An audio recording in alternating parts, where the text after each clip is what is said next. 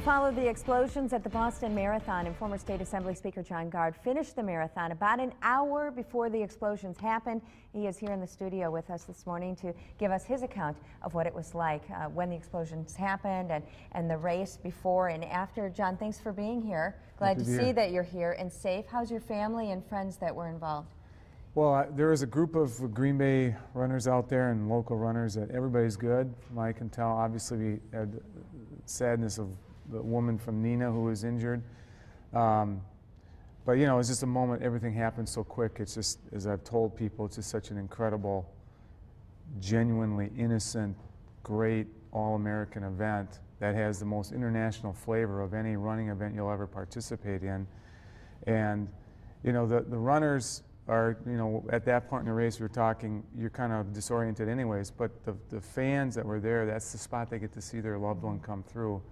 And when you see the video and stuff, I didn't see it until I got home last night, but you know, just, you know what those kids and those families were hoping for that day. It was supposed to be this kind of moment, not what actually happened. It was supposed to be that joy of seeing your friends and family you worked days or years just to be part of that event. You called it genuinely innocent, that event. Do you feel it'll never ever be the same? Well, you know, a number of us talked last night, I was coming home, that ran, and we're going back just to show, hey, listen, we can't let this, the longest running marathon in the world, change. But for the spectators, I mean, imagine northeastern Wisconsin totally shutting down for a day, celebrating Patriots Day, Paul Revere's ride, which is what happens in Boston. So all of these families, all these kids are out there handing you orange slices, and I mean, it's 750,000 people, so all these families, people travel, you know, a number of the families here travel out to watch their loved one, and you can't, on a marathon, because they take you out 26 miles and you got to run in, so you can't go out and watch them very far. And when you see the victims and you know what those families were waiting for, your heart breaks. And for those people, I think the day probably totally changes. Now, if you're the New York Marathon or you know all these other big ones, you begin to say you have a responsibility to make this secure as you can. I don't know how you can make this secure. And Boston is when you say the word Boston to a runner, it means something. It's like Packers to football. And I mean, I flew out of Chicago the other day. There was 40 people from Japan who were all there, had a translator. I was running a guy from Germany and Latvia and other places yesterday, and it's such an international thing. Everybody comes there because it's the destination, and you know it's going to change. When the explosions happened, where were you?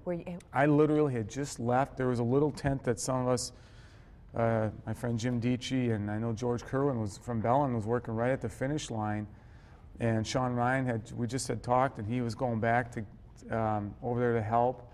So you have all of these volunteers. I mean, I'd met two guys from Milwaukee yesterday in the flight back that flew out to Boston just to help at the finish line, and so it becomes it's a magical thing. And all these people go there. You get up early in the morning. You load these buses. I mean, it's hard to describe what Boston is unless you're there. I tell people that who want to train for it, but you know it's because these families. And when you see, I mean, that specific spot where the first bomb detonated is like the most well-known part of the entire course. The entire race weekend, everybody's lined up there, taking pictures. I mean, we were all hanging out there just the day before the finish line, whole routine. So, were you still there when it happened? I just walked away to walk down the street to my hotel. Could you feel it? I couldn't feel it. Could you hear anything? I all of a sudden you could just hear like sirens everywhere, and you're like, what's going on? And immediately everybody, you could just see there's all these people with very serious looking faces, and I was like, holy cow. And then you realized how bad it was. And I was saying to some friends, thank God this didn't happen 30 or 45 minutes earlier, because it would have been a lot worse, because some of the people had filtered out of that area, and there would have been a lot more people there. I mean, as tragic as it was. And you say everything kind of shut down. You couldn't get a hold of anybody. You couldn't go anywhere. Transit was down. There was a woman next to me on the plane last night who surprised her daughter yesterday to go out and watch a race. She saw her at 21 miles, and she said, okay, I'll meet you at the finish line. And her daughter literally was a minute before at the finish line right before the bomb went off. And so this woman was at mile 21. She said she walked for 2 hours trying to figure out how to get back because the mass transit shut down, and she couldn't reach her daughter. And then, so, you know, as a parent, you immediately are thinking the worst. And you know, she was obviously very emotional about it. But finally, a friend texted her and said, hey, your daughter's okay, her phone's not working, blah, blah. But there's a lot of that going on. But when I see, and you know, that little boy and that family, it just, you know, it's, you think of what those people's mourning was like yesterday and what the expectations, and this is a really big deal. And, you know, for the people to go there. And, you know, it'll change Boston, it'll certainly change our other major cities, but it sort of steals a little part of your innocence, because it's like one of those things that you go, running is the great sanctuary for a lot of people away from the stress of daily life. And there's something about it that I tell everybody, you never see anybody in a bad mood at a running event. And with what happened yesterday, there was just a lot of people who were in a sort of a state of shock, you know.